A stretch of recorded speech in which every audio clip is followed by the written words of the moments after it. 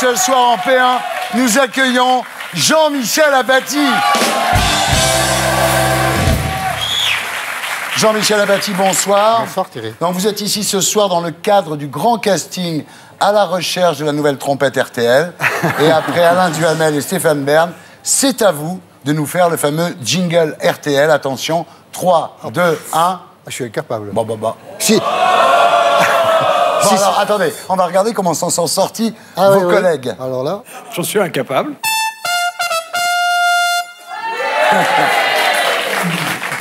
Vous ne faites pas? Non. Vous savez pas le faire, en fait. J'ai l'habitude de faire ce que je veux. Le pauvre. Et aucune- Pam, pam, pam. Pam, pam, pam, pam, pam. Bien. Bon alors, non.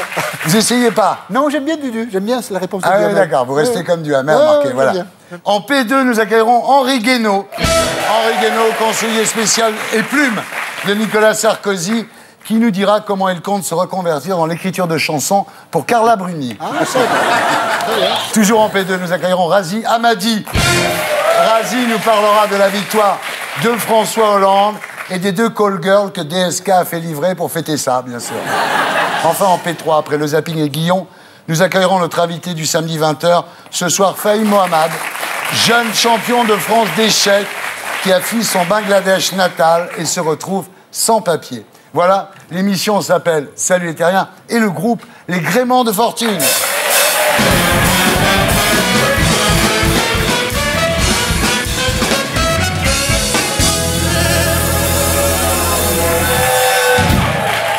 Alors, Jean-Michel Apathy, rebonsoir. Donc, vous êtes sur RTL avec l'invité politique, sur LCI avec le grand jury, sur Canal avec le grand journal. Le grand journal, l'émission la plus tendance de la télévision actuellement. Ça vous fait quoi d'être tendance? En fait, j'aurais jamais pensé, Ouais. tout seul, comme ça. C'est vraiment le hasard, c'est vraiment les circonstances, les rencontres, et je suis très content d'être dans une émission de tendance. Ça marche très bien, oui. Je suis pas sûr d'être tendance moi-même. Hein. Alors, vous savez que grâce à vous et au grand journal, ça devient tendance d'avoir l'accent du Sud-Ouest maintenant. Oui, enfin, il y en a certains qui pensent quand même... vous connaissez Emmanuel Todd, par exemple? Oui, ah oui. Qui pensent que parler de politique avec l'accent du Sud-Ouest, ça, quand même, ça se fait pas. mais Que ça, c'est du... On peut discuter pétanque, rugby et météo avec Ouais. l'accent. Donc, il y a des cons, quand même. Hein. Ça, c'est du racisme social, ça. Exactement. Bah oui. Alors, ceci étant, là, on est entre nous. Hein, si Oui, vous voulez bien sûr. parler sans accent, Oui, si d'accord. vous voulez vous, Non, y a vous pas de problème. reposer un peu, pas de problème. Ouais. Je sais qu'au grand journal, ils vous demandent, mais Oui, non, mais d'accord. là, vous êtes comme Cool, vous voulez. Hein. Nous, cool. on s'en fout. Voilà. Ok. Alors, remarquez, avec cet accent, il n'y a aucun politique qui peut vous traiter de journaliste parisien à la con qui a jamais mis les pieds au-delà du périphérique, quand même. Ah, si, ils le font quand même. Ah, quand même. Ils le font quand même. Vous savez, ils reculent devant rien. Devant rien. Alors, Jean-Michel, vous êtes la star des journalistes politiques. Qui d'autre peut répondre à la question que tout le monde se pose? Est-ce que oui ou non, on a fait une énorme connerie dimanche? Je vais réfléchir un peu. D'accord. Alors, c'est marrant la politique parce que dans la dernière semaine, Patrick Sébastien a annoncé qu'il votait Hollande, Michael Vendetta a annoncé qu'il voterait Sarkozy. C'est là que tout s'est décidé. En Oui, fait. je pense que c'est là. C'est une bonne image de l'opposition Voilà. en France. Ouais, très bien. Alors, on peut dire que la grande qualité de François Hollande, ça a été de ne pas être Nicolas Sarkozy. Vous devriez faire de l'analyse politique. Hein. C'est pas mal, là. Hein. Ouais. Merci. Ouais. Alors, il a été élu il y a moins d'une semaine. Ouais. Est-ce que si le pays va si mal, c'est déjà un peu de sa faute? Je pense. Alors, vous avez voté blanc, Oui. comme Marine Le Pen. En même temps, Marine Le Pen qui vote blanc, c'est normal, mais... Oui, mais il y a une différence entre Marine Le Pen et moi, c'est que moi, je vote blanc depuis 1988, Ouais. et elle, parfois, elle ne vote pas blanc, Ouais. aussi étonnant que ça puisse paraître. Alors, vous tenez à rester indépendant, hein? Oui, c'est pour ça que je vote blanc. mais- Voilà. Pour un basque, c'est normal. En fait. Oui, en plus, ouais. Mais le journalisme, sans indépendance, sans distance, c'est Ouais. plus du journalisme. Ouais. C'est pour ça que j'ai beaucoup regretté, pas du tout aimé qu'il y ait des journalistes qui se livrent à l'anti-sarkozysme pendant 5 ans. C'est pas bien. On va en parler tout à Pas l'heure. très pro. Ouais. Pas très pro. Alors, vous êtes né dans les Pyrénées-Atlantiques, le 8 septembre 1958. Vos parents tiennent un café-épicerie à Viodos, un village de 500 habitants au Pays Basque. Et là, vous assistez à des joutes verbales bien arrosées Oui. entre ouvriers communistes et paysans de droite. Vous dites comme éducation, ça vaut Sciences Po. Ah oui, nettement. Oui, oui. Ouais. Le vendredi et le samedi soir, tout le monde était bourré dans le bistrot. Ouais. Et quand ça parlait politique, il fallait s'accrocher. Hein. Ça, des fois, il y avait même des nions pour ponctuer les arguments. Oui, oui, ça. À Sciences Po, il n'y a pas ça. À l'école et au collège, vous êtes un cancre. Hein. Alors, c'est une histoire d'époque, peut-être, de contexte familial. C'est-à-dire que c'est le début des années 70 et il y a du travail pour tout le monde. Ouais. Et donc la réflexion, c'est bon, l'école, qu'est-ce que tu vas foutre à l'école? Bon, t'es pas un foudre, bon, tu vas travailler, voilà. Donc j'ai quitté l'école au BEPC assez tôt, BEPC que j'ai eu au repêchage avec difficulté. Voilà. Mais c'était normal à l'époque. Votre famille vous poussait pas beaucoup? Ah, pas du tout, non. Ils constataient que voilà, j'étais plutôt en dessous de 10 qu'au-dessus, donc ils disaient, voilà, on va arrêter là, quoi. Ouais, bien sûr. Alors, vous arrêtez vos études à 15 ans et vous vous dirigez vers l'apprentissage, mais en même temps, vous ne vous voyez pas reprendre le bistrot de vos parents. Non, c'était pas ma vie. Et du coup, quand l'armée m'a incorporé, alors que j'ai essayé de me faire réformer, tout ça, bon, j'ai commencé à bouger un peu. Je n'étais jamais sorti du Pays Basque. Ouais. J'ai commencé à bouger. Je me suis dit, bon, il faut construire ma vie ailleurs que là. Ça a été le premier déclic. Et là, vous devenez vendeur de voitures Oui. sur le secteur Bayonne-Saint-Jean-de-Luz en Daille. Exact. C'est une bonne école de la vie, ça, vendre des voitures. Ah oui, très bien. On apprend beaucoup de choses. Ouais. On voit des gens, on essaie de les convaincre, on se rend compte de ce qu'il peut y avoir de malhonnête dans sa propre démarche. Donc ça fait un peu réfléchir. Oui, j'ai appris beaucoup de choses. Ouais. Et j'ai rencontré des gens formidables, bien sûr.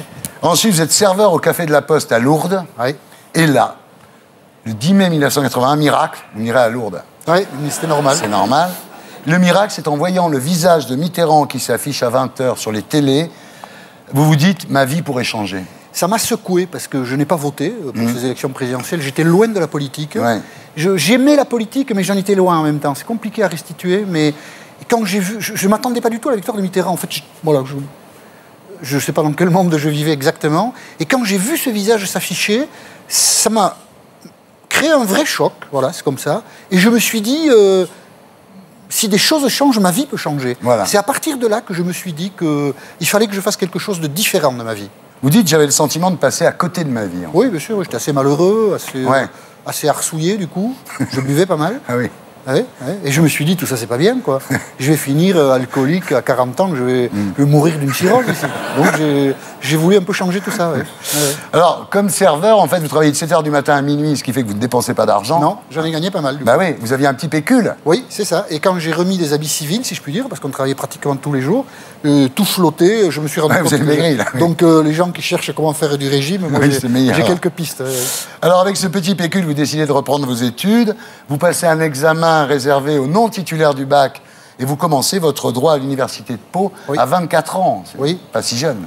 Non, pas jeune, mais bon. Et puis j'ai fait ça, en fait, avec le recul, assez facilement. C'était assez doux. J'étais très heureux de faire ça. J'étais assez bon en droit public, moyen en droit privé, mais assez bon. J'ai découvert... j'avais fait beaucoup de lectures désordonnées avant. Ça m'a fait des petites cases dans la tête. Ouais, mais ça vous a rangeait structuré. beaucoup de choses. Ah, ouais. Et ça m'a fait beaucoup de bien. À ce moment-là que je me suis dit que ce que je voulais faire, et ce n'était pas de la politique. En février 1982, j'ai fait 3 choses. Je me suis inscrit à l'université pour passer l'équivalent du bac, à la piscine de Pau pour apprendre à nager, et au Parti socialiste. J'avais envie de voir ce qu'était la politique. Ouais. Et j'ai compris en faisant ça, parce que dans la section où j'étais, on passait notre temps à s'engueuler, donc ça n'avait aucun intérêt. J'ai compris là que ce que je voulais faire, ça n'était pas militer, mais observer et raconter la politique. Et c'est dans ces années-là que j'ai conçu le projet qui était très loin de ma vie, de faire non pas du journalisme, mais du journalisme politique. Vous dites, je ne serai jamais de droite et je pense que la gauche est une réalité historique mais pas contemporaine. Oui, c'est ça. J'ai été de gauche et je n'ai jamais été de droite. Et la gauche et la droite aujourd'hui, je pense que ça n'est pas un bon critère, une bonne ligne de partage pour expliquer les débats de la société. Il y a d'autres lignes de partage qui existent, nationales, européennes, ça c'est une ligne de partage. Le libéralisme ou les échanges économiques libres, puis sans doute un encadrement plus strict, ça peut être aussi une ligne de partage. Il faudrait ça traverse les tout partis, ça, quoi. mais pas droite-gauche. Je ne crois pas beaucoup à ça. Ce qui vous donne beaucoup de liberté dans vos commentaires, évidemment. J'espère.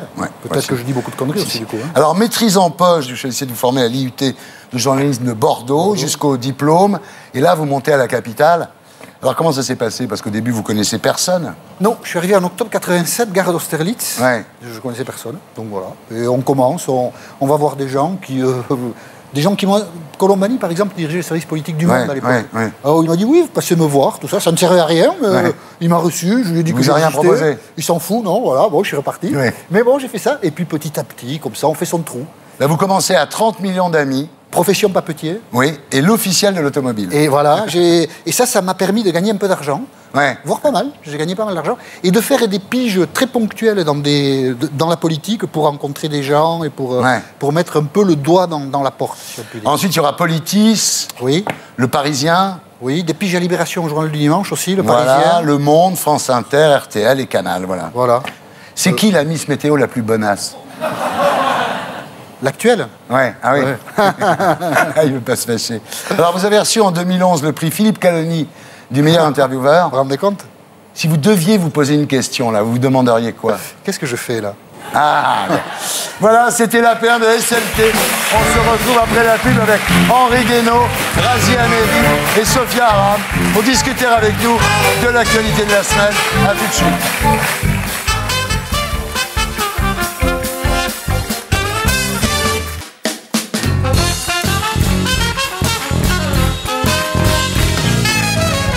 Rebonsoir les terriens, rebonsoir les terriens. Nous sommes toujours en compagnie de Jean-Michel Apathy. Et nous accueillons Henri Guénaud, Razi Amélie et Sophia Aram. Sophia, bonsoir. Donc on vous retrouve tous les lundis et mercredis dans la matinale de France Inter. Et puis en tournée dans toute la France avec votre spectacle intitulé Crise de foi. Exactement, voilà. C'est mon programme. Alors Henri Guénaud, bonsoir. Bonsoir. Alors vous êtes ici ce soir parce que ça y est, vous avez perdu une élection présidentielle. Ça faisait un moment que ça ne vous était pas arrivé. Vous le vivez comment? Avec un peu de tristesse, avec un sentiment d'injustice, pas pour moi, mais pour Nicolas Sarkozy. Mais voilà, c'est la vie et c'est la démocratie. C'est vrai que Chirac en 95, Chirac en 2002, Sarkozy en 2007, vous étiez un peu le José Mourinho de la présidentielle. Et voilà une réputation qui s'effondre. Et voilà, alors vous passez une petite annonce que j'ai vue. Homme, âge mûr, cherche une place de conseiller spécial. Tous travaux d'écriture, appelez l'Élysée jusqu'au 15 mai. En même temps, vous avez quoi comme compétence à part faire élire des présidents de la République? C'est déjà pas mal. C'est formidable. C'est une compétence qui s'est un peu érodée, mais bon. Ouais. Alors, vous n'allez pas faire Copé 2017 quand même? Non, mais d'abord, j'ai fini, c'est terminé, je ne serai plus le collaborateur de personne. Je pense que j'ai... Voilà. Ah, d'accord, vous roulez pour vous, là? Oui, je vais faire ma vie, quoi. Voilà, ça y est. Il serait temps, non? Sinon, vous avez un truc au PS pour... Non, parce que comme Hollande a dit que sa priorité, c'était la lutte contre le chômage, vous pourriez faire un effort pour... Non, mais je suis pas chômeur. Alors, non, mais vous allez vous faire élire député quelque part, non? Je vais me présenter quelque part, oui. Ouais, les Yvelines, c'est un peu compliqué, non? Ah, mais moi, j'adore les combats compliqués. Sinon, vous auriez pu diriger un grand groupe, genre EDF ou un truc comme ça, non? Oui, mais d'abord, il y a un excellent président à EDF. Oui, enfin, le président de EDF, quand il va voir que son salaire a diminué de 90%... Ça, c'est une autre affaire, oui. Je laisse le nouveau président de la République et le futur gouvernement démêler ce sac de nœuds qu'ils auront eux-mêmes créé. Mais l'État doit se réapproprier aussi la puissance publique, une parole, des actes. Et vous savez, nous, on propose... et cela sera fait dans les mois qui viennent, voire peut-être même les semaines, que dans une entreprise publique, l'échelle des salaires, elle n'aille pas de quelque chose qui soit supérieur de 1 à 20. C'est-à-dire que quand on touche 1 000 euros, le plus bas salaire, le chef de l'entreprise, il ne peut pas toucher plus de 20 000 euros par mois. Vous allez trouver des mecs du niveau de Prolio à 20 000 euros par mois. Quand on voit là où ils nous ont amenés pour un certain nombre d'entre eux, je me dis qu'ils ont été même payés trop cher par rapport aux résultats. D'accord. Dites-moi, Sophia, il va vous manquer, Henri Guénaud, vous l'aimez beaucoup, vous. Mais il sait qu'il est toujours le bienvenu à France Inter. Ah, oui, parce que c'est une longue histoire entre nous, Henri, on peut le dire. Je peux vous appeler Henri. Oui. Oui. Elle a fait récemment même un plus bel éditorial qui m'ait été consacré. Donc j'ai chanté Dis-moi oui, voilà. Henri. C'était Chou Henri, dis-moi oui. Henri, dis-moi oui.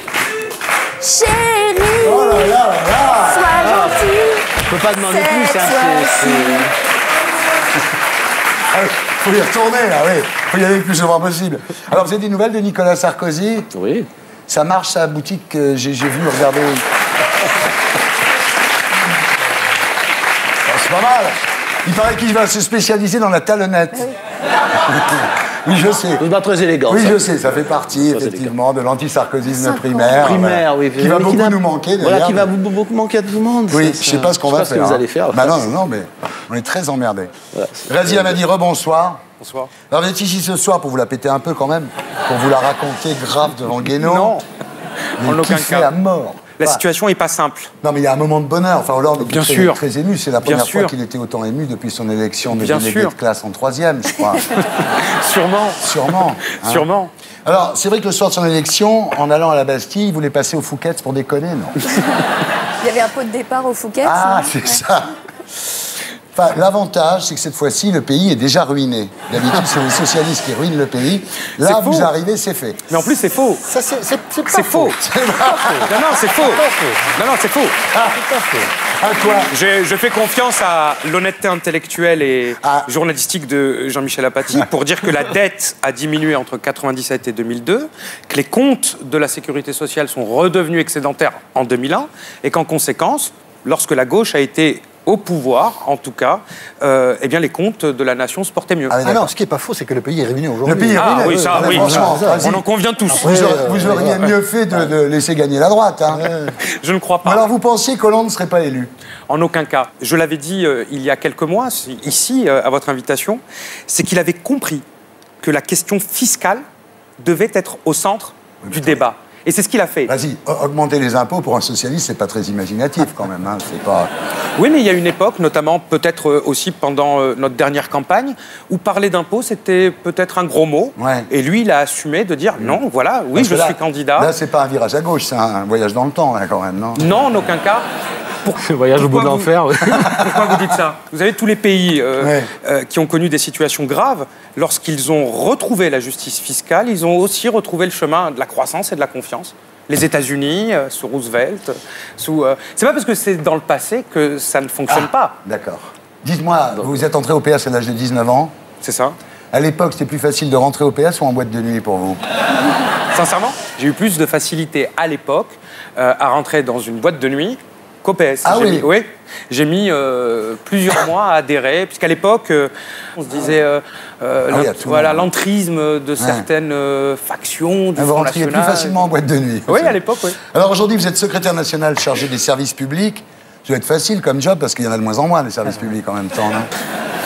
Rappelez-nous, parce que c'est quoi un service public? Parce qu'en fait, on s'en souvient plus. C'est ce qui fait la différence entre un pays sous-développé et une civilisation de progrès. D'accord. Alors, si ça se trouve, dans une semaine, vous êtes ministre, hein? Non, dans une semaine, à mon avis, jour pour jour, donc samedi, je serai sûrement ou en porte-à-porte ou sur le marché de Bagnolet ou de la Croix-de-Chavaux. Ah, vous préférez le fait d'être député au fait d'être ministre? Je suis candidat aux élections législatives. Et c'est quelque chose qui, pour moi, concentre toute mon énergie, l'essentiel désormais de mon temps. On a un président de la République qui veut renégocier le traité européen. Ouais. Le Conseil européen a lieu le 28 juin.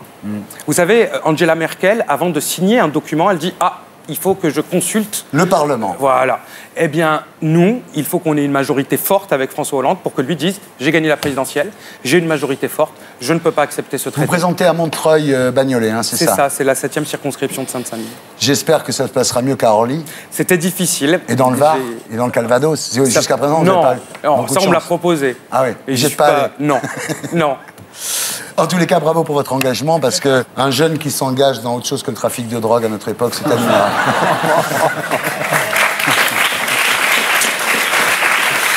Bon, on passe maintenant à l'actualité de la semaine avec l'édito de Blacko 1.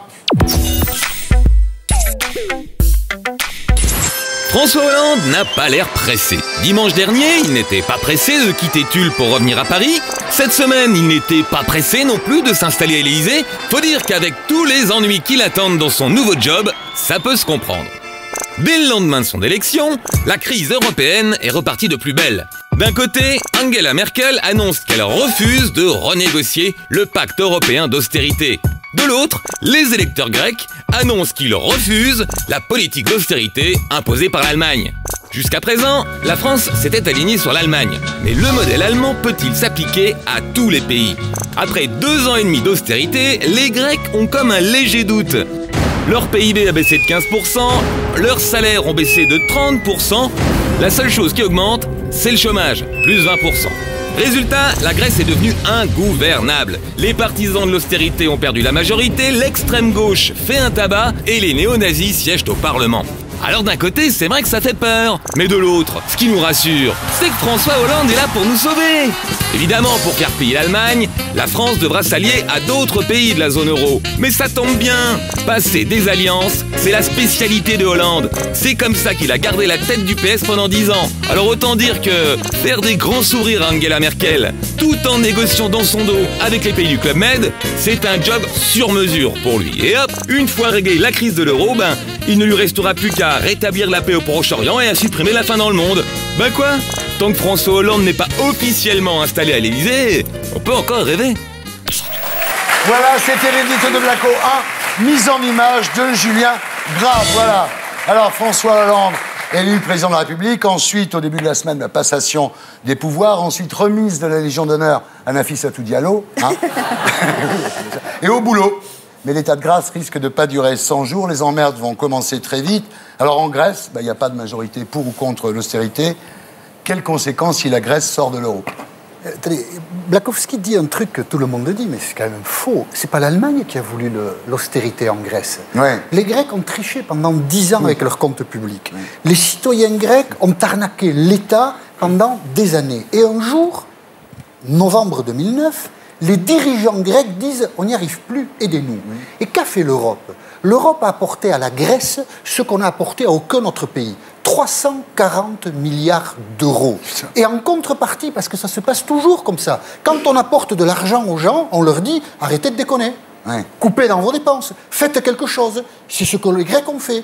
Mais il est totalement faux, voire criminel d'une certaine façon, de dire que l'Allemagne amène l'Europe dans le mur. C'est ce que pense Henri Guénaud, c'est ce que pensent les socialistes. C'est une erreur tragique de penser ça. Nous sommes en train de nous couper des Allemands, prétendre renégocier un traité qui dit la même chose que François Hollande. François Hollande dit on va réduire les déficits, on sera à l'équilibre. C'est exactement ce que dit le traité. C'est mentir aux gens. Un, on ne renégociera pas le traité. Je ne vois pas pourquoi on le renégocierait puisqu'on est d'accord avec lui sur le fond. Et deux, il est inutile d'imaginer que la puissance allemande, qui est la seule aujourd'hui qui garantit l'euro, c'est si on n'a plus de monnaie, c'est une catastrophe. Ouais. Tous, individuellement, nous sommes ruinés. Commencer un quinquennat en disant les méchants, c'est l'Allemagne, je ne comprends pas. Je suis stupéfait par ces raisonnements. Non, mais vous avez raison, c'est qu'en Grèce, il n'y a pas de cadastre, par exemple. Comment vous voulez faire un impôt foncier dans un pays où il n'y a pas de cadastre? Je n'ai pas dit que l'Allemagne était responsable des catastrophes européennes et nous amenait dans le mur. L'Allemagne, d'abord, elle a ses propres exigences, elle a sa démographie notamment. C'est un pays qui est obsédé par la crainte de l'inflation et obsédé par les excédents d'aujourd'hui pour payer les retraites de demain. Voilà, ça c'est un fait majeur. Mais il faut bien comprendre une chose, c'est que remettre de l'ordre, oui, mais la manière dont on remet de l'ordre, la vitesse à laquelle on remet de l'ordre, c'est absolument crucial. Et c'est dire le contraire qui est criminel, Jean-Michel Apathy. Si vous allez trop vite, si vous allez trop loin, vous tuez l'économie en même temps que vous essayez de dépenser moins ou de dépenser mieux. Et à ce moment-là, non seulement vous creusez les déficits, mais tout s'effondre. La déflation, elle conduit à l'effondrement de tout. Et la Grèce, c'est ça. Oui, le problème de la Grèce, c'est qu'elle n'avait pas d'État. Voilà. Et au lieu de s'occuper de reconstruire l'État... Et le problème de l'Espagne, c'est qu'elle n'avait pas d'économie. Tout ça arrive au même moment. Et tout ça nous contraint à aller trop vite. Oui, mais ça elle n'avait pas d'économie. C'est un argument artificiel. Non, c'est que nous sommes confrontés à des situations au moment où si vous allez trop vite, tout s'effondre. Voilà. Henri, une question. Est-ce que Hollande a raison de vouloir renégocier le pacte de stabilité avec les Européens? Le problème ne se pose pas comme ça. Pourquoi l'a-t-on négocié? Pourquoi l'a-t-on conclu? Parce qu'il fallait absolument mettre un terme à la crise de confiance qui menaçait l'euro. Pour ça, il fallait rétablir un minimum de confiance et il fallait donc se mettre d'accord, créer la solidarité européenne, ce qui a été fait avec le mécanisme de solidarité, et en contrepartie accepter des règles de discipline qui étaient bien naturelles au fond et que nos partenaires voulaient. Je suis convaincu qu'il ne sera pas renégocié parce qu'il n'est pas renégociable. Voilà. Ça ne veut pas dire qu'on ne peut pas rajouter un volet, faire autre chose, mais ça, c'est pas négociable. Oui, on peut mettre 3 lignes pour dire on espère qu'il y aura de la croissance. Non, ça c'est ce qu'on a fait. C'est comme ça que ça va se terminer. Ça va se terminer. Hollande va revenir en disant j'ai obtenu 3 lignes. On ne peut pas laisser dire ça. Lorsque vous avez des pays, quelles que soient les raisons qui les ont menés là où ils sont aujourd'hui. J'en conviens, la fraude fiscale en Grèce, c'est 100 milliards d'euros par an. C'est un problème, il faut y répondre concrètement. Mais lorsque vous n'avez pas de croissance, lorsque vous êtes en récession, lorsque, comme pour la Grèce, vous avez une contraction de votre PIB de 15%, dire en plus, on va réduire et on va vous demander de serrer encore la ceinture, on connaît ce qu'est la situation qui vient. Quelle est la situation qui vient? C'est de toute manière un défaut de la Grèce qui sera amené ou par des raisons techniques, bancaires ou politiques. Donc, François Hollande, il dit quoi? Il dit on ne s'en sortira pas sans mutualiser une part de la dette, sans avoir une mobilisation des fonds structurels, plusieurs milliards d'euros, et y compris un programme d'infrastructures qui remette de l'argent. Mais regardez aux quatre coins du monde. La croissance, elle repart faiblement, quelquefois de manière dispersée. Mais chez nous, l'Europe, nous avons un des taux de croissance les plus bas du monde. Il y a des questions démographiques, mais il y a aussi des questions politiques. François Hollande souhaite répondre à cette question politique, et les Français ont d'ailleurs commencé à y répondre. Bien, alors deuxième emmerde d'Hollande, réduire la dette. On est quand même à 1700 milliards d'euros de dette. Il veut embaucher 60 000 profs, il veut revenir quand même un petit peu sur la réforme de la retraite. Que se passe-t-il si les marchés attaquent la dette française ? Alors, vous vous souvenez que quelques jours avant l'élection présidentielle, nous avait expliqué que si François Hollande gagnait, alors il y aurait dès le lendemain matin une attaque sur la capacité d'emprunt de la France. Ça ne s'est pas passé, ça ne s'est pas déroulé. Vous savez pourquoi ? Parce que les marchés financiers, même s'ils peuvent être fous, ils ont aussi une certaine rationalité. Et ce qu'ils souhaitent, c'est de la stabilité et pas du tâtonnement, des coups de menton. François Hollande a une stratégie, une cohérence, une réduction de la dette qui s'appuie sur une justice fiscale. Et les 60 000 emplois qu'on veut pour l'éducation nationale, c'est qu'un choix de société, il s'argumente. Ah non, mais c'est pas mauvais. Non, mais certains ont choisi... Quand on a 1700 milliards de dettes, on pourrait penser que... Voilà. C'est 2,5 milliards sur 5 ans. Certains ont choisi de cajoler les plus fortunés. Nous, on décide d'investir sur les jeunes et l'éducation. C'est des choix de société. On est heureux parce que la France est sauvée. C'est extraordinaire. Vous allez voir, cher ami, comment c'est si simple. Voilà. Jean-Michel, vous pensez qu'on ne va pas être attaqué si on commence à redépenser de l'argent comme ça ? Je ne pense pas du tout que ce soit le problème. Le programme de François Hollande, quand on le regarde, n'est pas un programme dépensier. On ne dépensera pas d'argent parce qu'on n'en a pas. On ne réduira pas la dette parce que la première difficulté, ce sera déjà de réduire les déficits. Oui. Les déficits, c'est chaque année. La dette, c'est l'accumulation du tout. Avant qu'on commence à attaquer la dette, vous et moi, déjà, on aura pris encore quelques cheveux blancs. Donc le problème ne se pose pas comme ça. Le problème, il est que pour éviter que la finance arrête de nous prêter de l'argent, il va falloir qu'on serre la vis partout.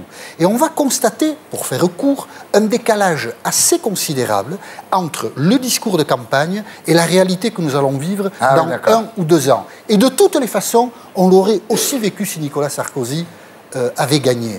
Nous sommes un pays épuisé, presque ruiné, en voie de désindustrialisation, avec un chômage fort, une sécurité sociale trouée partout, et il sera temps, rapidement, de dire aux Français que la situation est beaucoup plus grave qu'on ne nous l'a jamais dit. Et ce qui nous attend, si on veut éviter le sort de la Grèce, c'est d'entrer, peut-être avec un sentiment de justice sociale qui avait un peu disparu, de rentrer dans une politique de rigueur, hélas, et d'efforts, hélas, mais il faudra quand même dire aux gens un peu plus la vérité qu'on ne l'a dit aujourd'hui. Oui, ce qu'on peut dire effectivement, c'est que De Gaulle a fait avaler aux Français l'Algérie algérienne, et François Hollande leur fera avaler l'austérité et la rigueur. Non, exactement. Ça fait tellement longtemps qu'on nous ment. Mais... C'est incroyable. Comment on a la patience d'accepter ça? Il faut trouver un équilibre avec la croissance, l'activité, que une politique d'austérité, une politique d'effort, c'est pas la même chose. Il y en a une qui joue sur la baisse, qui prend comme ajustement la baisse du pouvoir d'achat et du niveau de vie, et l'autre qui demande simplement, pour maintenir le pouvoir d'achat et le niveau de vie, de travailler davantage et de travailler mieux. C'est pas du tout la même chose. Sophia, si vous voulez dire votre amour à Henri Guénaud, allez-y. Je trouvais juste que vous ne m'aviez pas demandé mon avis sur la dette. C'est ce que je suis en train de faire. Non, en fait, vous avez bien fait. Alors, on a vu la Grèce, on a vu la dette, et maintenant il y a le social. C'est-à-dire qu'il y a plein de plans sociaux qui ont été mis en sommeil pendant l'élection présidentielle. Il y a Carrefour, il y a Areva, il y a Bouygues, il y a PSA, il y a Air France. Et là, quand ces plans sociaux vont avoir lieu, il va y avoir des millions de gens dans la rue et Mélenchon qui va souffler sur les braises. Parce que Mélenchon, il va leur mettre la pression quand même. Qu'est-ce qui va se passer ? On aura une politique, y compris fiscale dans ce domaine, qui sera adaptée. Vous allez interdire les licenciements boursiers. En tout cas, oui, on les rendra bien plus compliqués, voire impossibles. Aujourd'hui, la situation, quelle est-elle ? Est-ce que vous savez qu'une entreprise... Non, mais parlons de ça. Oui, comment vous faites pour dire à quelqu'un qui dirige une boîte, on vous interdit de licencier des gens ? Il y a la fiscalité qui peut le permettre. Il y a des pénalités. Lorsque vous avez une entreprise, d'accord, qui licencie, juste parce qu'elle ne fait pas la rentabilité qu'elle a promis à ses actionnaires. Quel est l'outil que la puissance publique peut utiliser ? Bon, il y a la dimension réglementaire avec des pénalités financières, il y a la fiscalité. François Hollande, sur cette question-là... Air France licencie des gens, c'est parce qu'ils sont concurrencés par des lignes aériennes moins chères. C'est pas pour le plaisir qu'ils licencient les gens. La question du juste échange. Et le fait de dire que tant du point de vue de la fiscalité, tant du point de vue que la pénalité sur, par exemple, les conditions écologiques, sociales dans lesquelles sont produits à l'extérieur de l'Europe un certain nombre de produits, nous voulons aussi répondre à cela. Donc vous allez mettre des amendes, comment ça va se passer? Bien sûr, des pénalités financières. Donc là, vous risquez d'avoir des gens qui vont dire, nous on licencie, c'est notre truc, mais on vous paye vos amendes. Donc ils vont provisionner les amendes dans le compte d'exploitation de la société et ils vont vous payer les amendes, ça ne changera rien. Ils les paieront jusqu'au point où l'amende sera bien moins profitable que le licenciement. Hélas, l'économie française, dans les mois qui viennent, hélas, personne ne peut s'en réjouir, va détruire des emplois. On peut mettre toutes les amendes qu'on veut, elle va en détruire. La question qui est posée est la question de savoir comment on peut créer à nouveau des emplois, comment on peut réindustrialiser un pays. Ça demanderait un effort, une continuité dont la politique jusqu'à présent a été incapable. Surtout en changeant de président tous les 5 ans. Ça, c'est difficile. Ça, c'est bien vrai. C'est très difficile. Sophia, vous avez sur ces licenciements boursiers, la Grèce, la dette, enfin les emmerdes d'Hollande, est-ce que vous avez un... Oui, j'ai un avis. Oui. Je me dis juste que j'aurais dû réviser mes fiches d'éco du bac de terminal B avant de venir. Il y a peut-être un truc qui peut vous inspirer, c'est qu'en fait, il y a un autre problème que je n'ai pas cité, c'est Valérie Trierweiler, qui envoie des tweets toute la journée. Elle va finir par faire une gaffe un de ces jours. Hein. Certainement moins que Nadine Morano, parce que sur Twitter, c'est Nadine Morano la championne. Bon, voilà, elle a de la marge encore. Bien. On continue à discuter de l'actualité de la semaine avec l'édito de Blacko 2.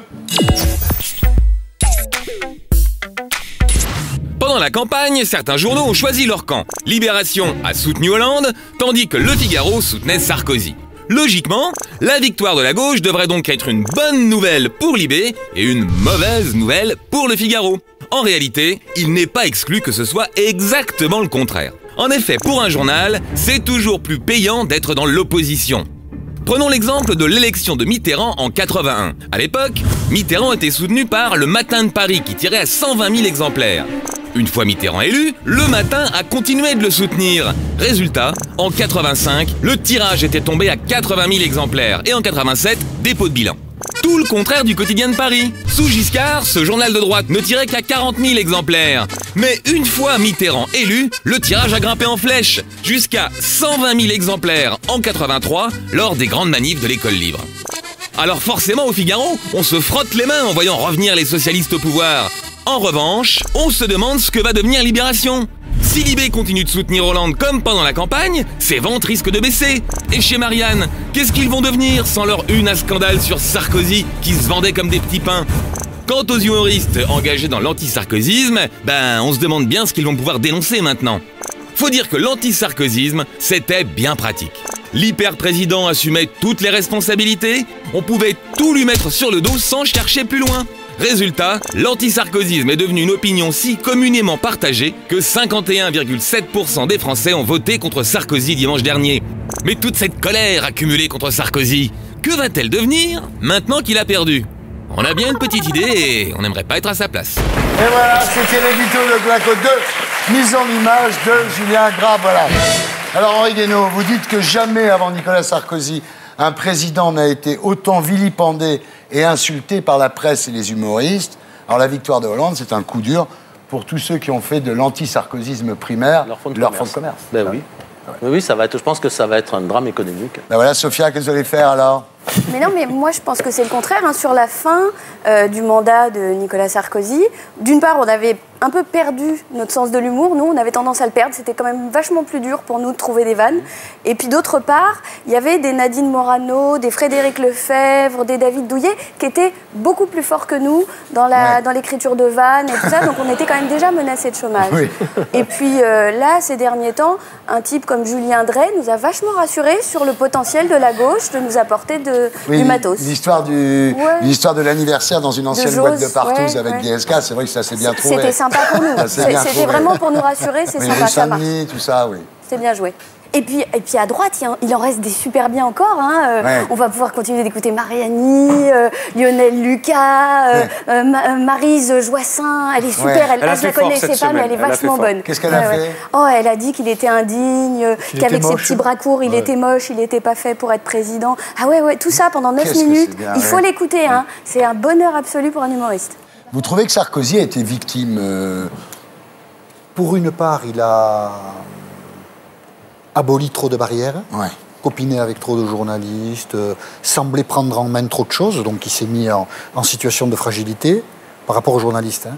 Et pour une autre part, je trouve qu'il y a eu des critiques... il y a des unes, voyou, il est fou, enfin, ça c'est Marianne. Il y a eu des choses qui ont été écrites ou dites qui dépassaient la mesure, oui, je crois. À un moment, on a un peu perdu les pédales, oui. Vous trouvez vraiment qu'on a été plus dur avec lui qu'avec les autres? Oui. Quand même, au début, la presse était vraiment là à le porter au nu. C'est lui qui a personnalisé la fonction, c'est lui qui a pipolisé la fonction. Il a étalé sa vie sentimentale, il a montré son premier encart avec Carla à Disney. Quand on se comporte comme Paris Hilton, il ne faut pas s'étonner qu'on se fasse traiter comme Paris Hilton. Il y a quand même une pétition en 2008, signée par des anciens premiers ministres, à l'initiative d'un journaliste célèbre, nous signalant que nous étions sortis de la République et que nous étions aux portes de la dictature. On a quand même raconté beaucoup de bêtises. Beaucoup.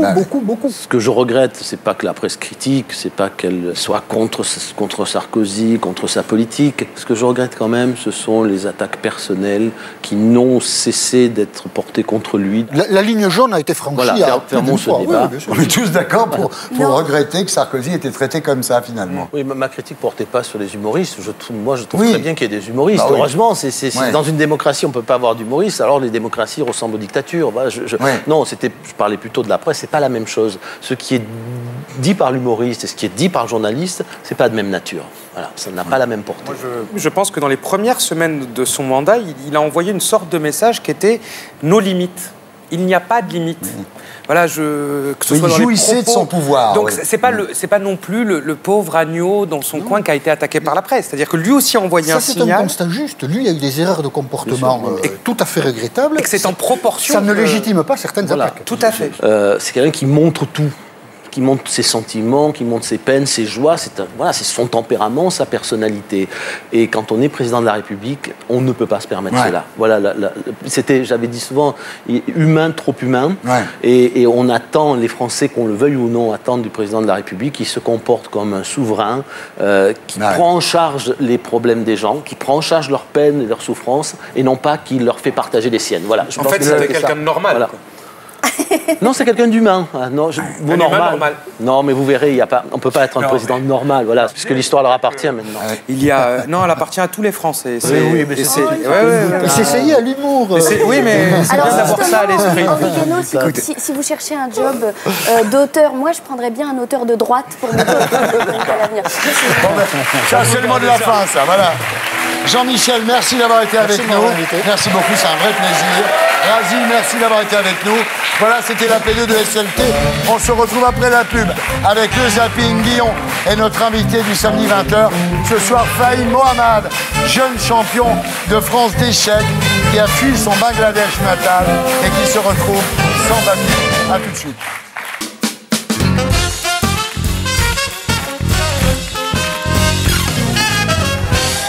Bonsoir l'éternel. Bonsoir l'éternel. Nous sommes toujours en compagnie de Henri Guénaud, de Sophia Aram. Et nous accueillons notre invité du samedi 20h ce soir, Fahim Mohamed, accompagné de son entraîneur, Xavier Parmentier. Bonsoir. Fahim, bonsoir. En 2008, tu fuyais le Bangladesh, ton pays natal, pour échapper aux persécutions du clan opposé à celui de ton père. Et dans tes bagages, il y avait un échiquier. 4 ans plus tard, toujours sans papier et sans domicile fixe, tu es devenu champion de France d'échecs. Tu peux donc participer aux championnats d'Europe et du monde. Le problème, c'est que sans passeport, c'est impossible de voyager. Tu nous raconteras ton histoire à 20h. En attendant, j'accueille Stéphane Guillon.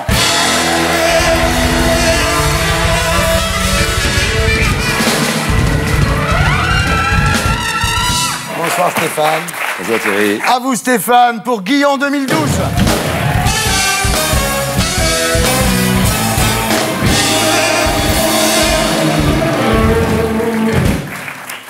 Nous commençons par l'info principale de la semaine, la défaite de Nicolas Sarkozy à l'élection présidentielle. L'homme qui sentait monter la vague a mordu le sable. Dommage, il avait vraiment un physique de surfeur.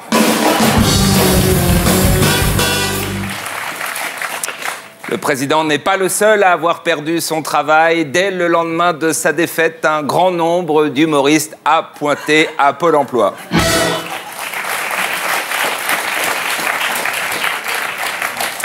Quant à moi, j'ai reçu beaucoup de télégrammes de soutien de la part de comiques américains. Hi Stéphane, nous aussi, quand on est passé de George Bush à Barack Obama, on a eu les boules.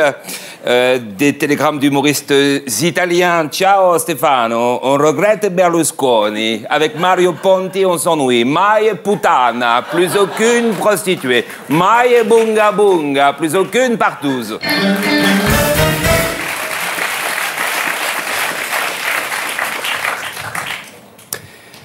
Nous avons hérité d'un président normal qui habite un 3 pièces dans le 15e, fait ses courses lui-même, remplit ses feuilles de sécu.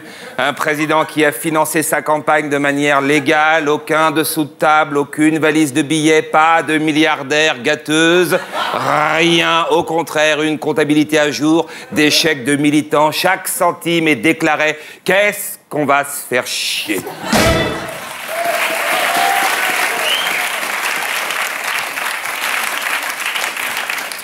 Un espoir tout de même, dimanche soir, François Hollande a utilisé un jet privé pour rallier Tulle à Paris. Un jet privé, c'est un début. Si la prochaine fois, il pouvait y avoir à bord du champagne et des putes, ça nous aiderait. Président, pensez aux humoristes.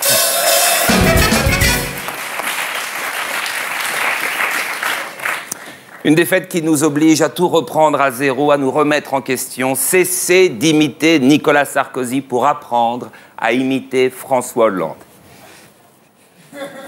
C'est beaucoup de travail. C'est très compliqué. Il faut arrêter de bouger les épaules, de faire des grimaces, arrêter les fautes de français, les fautes de liaison. Il faut rester immobile comme un flamby, un ballon de baudruche, et essayer d'imiter François Mitterrand en agitant ses petits bras et en mettant des E partout. Je veux être Thierry Ardisson, un président normal. Un président de tous. Et non pas un président d'un clan, d'une caste. Celui-là, je ne veux pas l'être. Par respect des Français qui m'ont élu, je veux être un président normal. Qui fait ses courses, qui trie ses ordures, qui met le verre avec le verre et le papier avec le papier. Un président responsable. Alors franchement, un président qui descend les poubelles lui-même, pour l'image de la France, son rayonnement à l'international, franchement.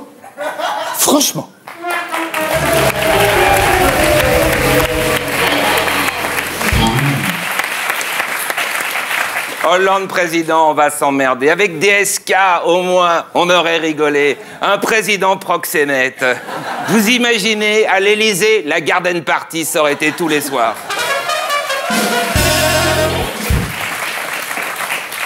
DSK président, pour nous les humoristes, c'était 5 ans de boulot assuré, non-stop. Julien Drey aurait été porte-parole du gouvernement. Mesdames et messieurs, le président dort encore. La nuit a été longue. Salut Lola, à tout à l'heure. Le Conseil des ministres est donc repoussé cet après-midi à 17h avec le petit déjeuner de la majorité. Salut Brigitte, t'as récupéré tes accessoires? À tout à l'heure. Concernant le futur sommet européen de Bruxelles, l'intendance et les déplacements ont été confiés au ministre des Transports, monsieur Dédé Lassaumur. Je tiens également à vous préciser que les travaux de maintenance sur Air Sarco One sont terminés. Les miroirs souhaités par la présidence ont été accrochés au-dessus du lit. L'avion pourra donc se rendre, comme prévu, à New York, où le président tiendra une conférence sur l'avenir des minorités visibles en direct du Sofitel. Bonne journée à tous, merci.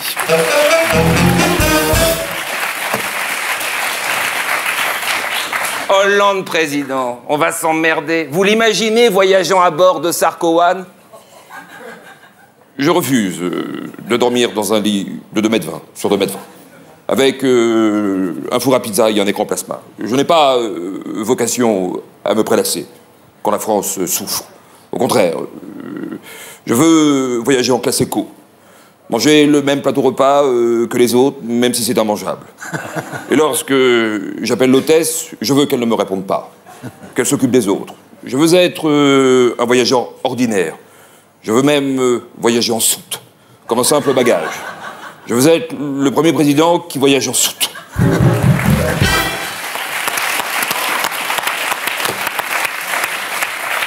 Je vous laisse la semaine prochaine, place au Festival de Cannes. Rolex, Ray-Ban, belle voiture, star entièrement refaite. On se reprend une dose de bling-bling. Ça va nous faire du bien. Merci beaucoup. Merci. Voilà, c'était Stéphane Guillon que vous retrouverez ici le 2 juin. Et d'ici là, sur canalplus.fr. On passe maintenant à notre invité du samedi 20h.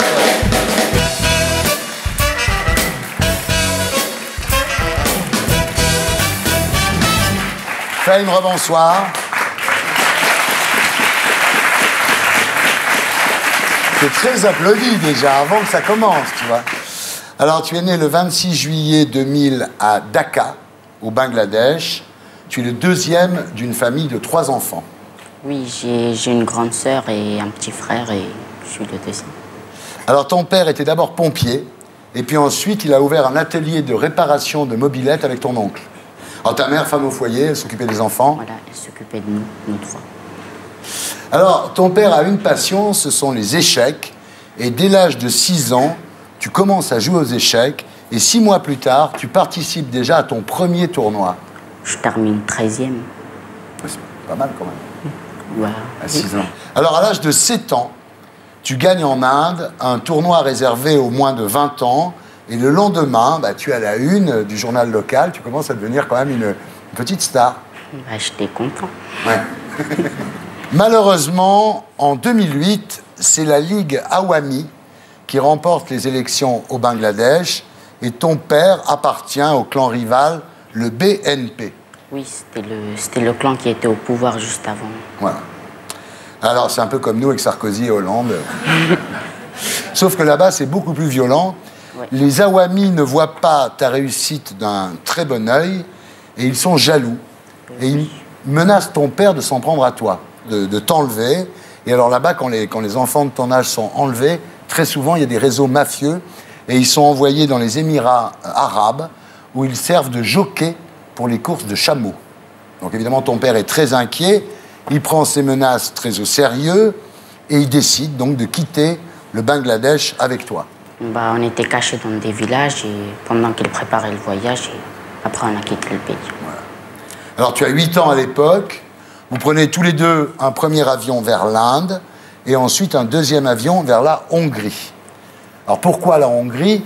C'est parce que tous les premiers samedis du mois, il y a une compétition qui évalue les joueurs d'échecs et qui permet d'entrer dans le classement international d'échecs. Donc déjà, toi, tu fais 1800 alors que le champion est à 2600. Donc déjà, dès la première évaluation, on voit que tu as un don extrêmement particulier. Tu bats le champion du tournoi dès la première fois. Oui, il s'appelait Mayer et je l'ai battu. J'ai bien aimé ma partie.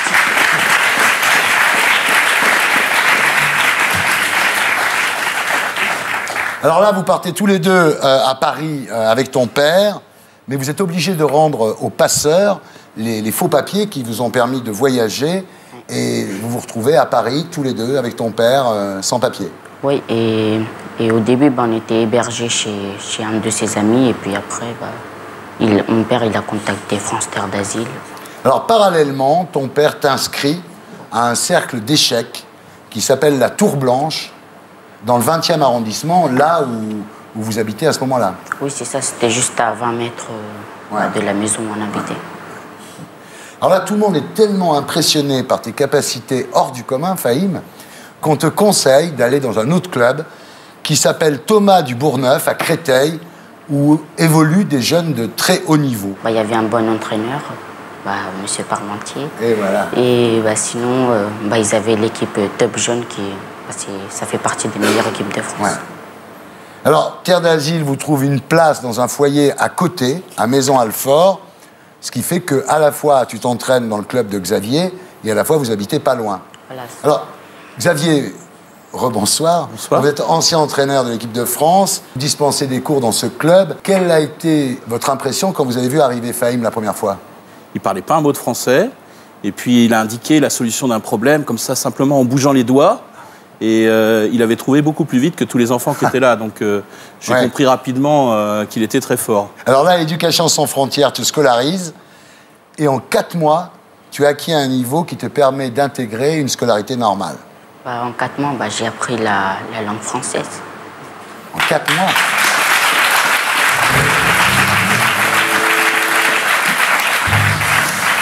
Alors, ce qui est formidable, c'est que vous lui donnez gratuitement des cours d'échecs 2 fois par semaine.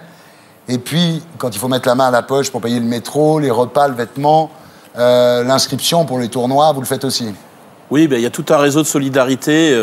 Je suis content qu'on parle des banlieues autrement aujourd'hui. Il y a tout un réseau de solidarité qui se met en place, des parents, des joueurs d'échecs qui le connaissent, qui éventuellement lui payent le tournoi. C'est ça qui est extraordinaire dans l'histoire de Fahim d'ailleurs, c'est la solidarité des gens. C'est assez touchant, ça. Les assistantes sociales, les gens d'Éducation sans frontières. Moi, j'ai une pensée, par exemple, pour son directeur d'école, un petit peu... qui a vu Fahim, qui a vu le potentiel qu'il y avait dans cet enfant. Alors, Fahim, effectivement, tes progrès sont exponentiels. Et en juillet 2010, donc tu n'as même pas 10 ans, tu bats un maître d'échecs. Il était en colère, après. Alors... Un enfant de 10 ans qui bat un maître d'échecs, c'est rarissime. Ça, c'est le signe des champions. Ouais. Voilà. Mais quelle gueule il faisait, le mec qui a été battu, devait être vert. Ah bah, demandez à Fahim. Alors... il était en colère, il a jeté la feuille et il est parti. Ah ouais. Bon, mais à part ça, la vie n'est pas rose, parce que vos demandes d'asile sont refusées.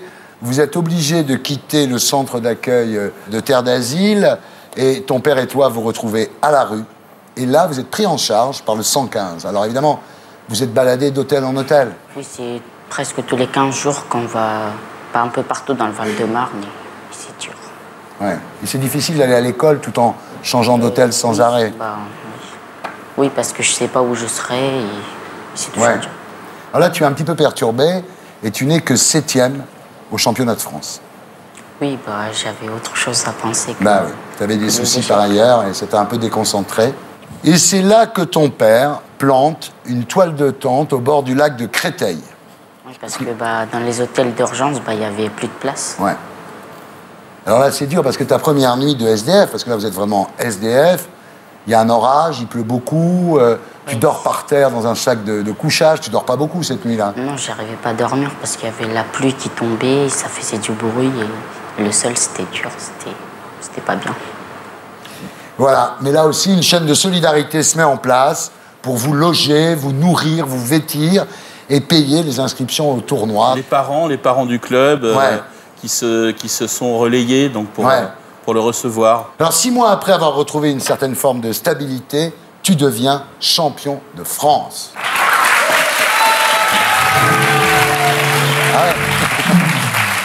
Alors, vous dites, Xavier, il s'est battu jusqu'au bout. C'est la marque des grands champions, ça.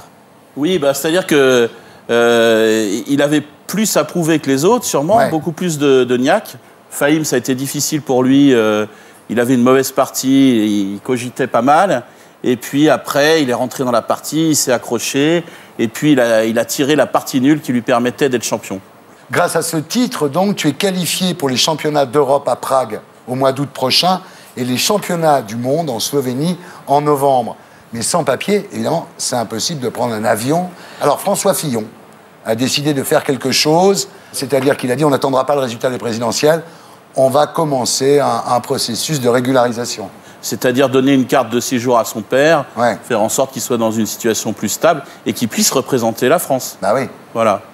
Et puis qu'il puisse peut-être aussi prendre l'avion pour aller voir sa mère au Bangladesh. Parce que ta mère et tes frères, ça fait un moment que tu les as pas vus. Ça fait 4 ans. Enfin, bientôt 4 ans. Bah, et t'as des nouvelles? Vous téléphonez un peu? Non, moi, j'ai pas de compte. Mais elle sait, ta maman, ce que tu fais en France? Je crois, parce qu'il y a dans des journaux, c'est sorti aussi dans mon pays. Je crois. Elle doit être super fière. Je crois. Alors, ton rêve, en fait, tu dis, j'aimerais bien être un grand maître d'échecs. Voilà, ça, c'est ton ambition dans la vie. Oui, ça, c'est un peu comme mon rêve. Et quand je serai grand, j'espère que je serai un grand maître. C'est qui ton modèle aux échecs? Par exemple, Alekhine. C'est un joueur d'attaque et moi, j'aime bien attaquer. Ouais. Lui, c'est le génie. Mais toi aussi, t'es un génie. Merci. Merci. C'est vraiment très émouvant. C'est très émouvant et de voir comment les gens l'ont aidé là-bas à Créteil et tout. C'est formidable. Moi, je pense qu'on aurait pu s'occuper de lui plus tôt et mieux. Voilà. Ouais. Enfin, c'est fait. Moi, je suis impressionnée par son niveau de français. Il est hallucinant. Il parle parfaitement. Il a appris très vite. Et puis moi, j'ai hâte que sa maman puisse le revoir. Voilà. Et ses frères et sœurs aussi. J'ai vraiment hâte. Voilà, c'était Salut les Terriens, votre talk du samedi avec Jean-Michel Apathy du Grand Journal de Canal et tous les matins sur RTL. Henri Guénaud, conseiller spécial de Nicolas Sarkozy, encore un petit peu candidat aux législatives. Razi Hammadi, secrétaire national du Parti Socialiste, chargé du service public.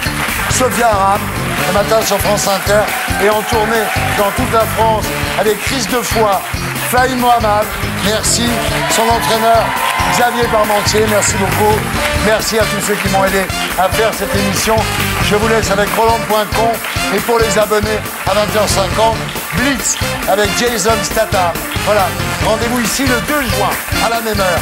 Et d'ici là, sur canalplus.fr, avec en bonus le top des vannes, l'édito de Blacko et l'édito des Gréments. Salut les terriens!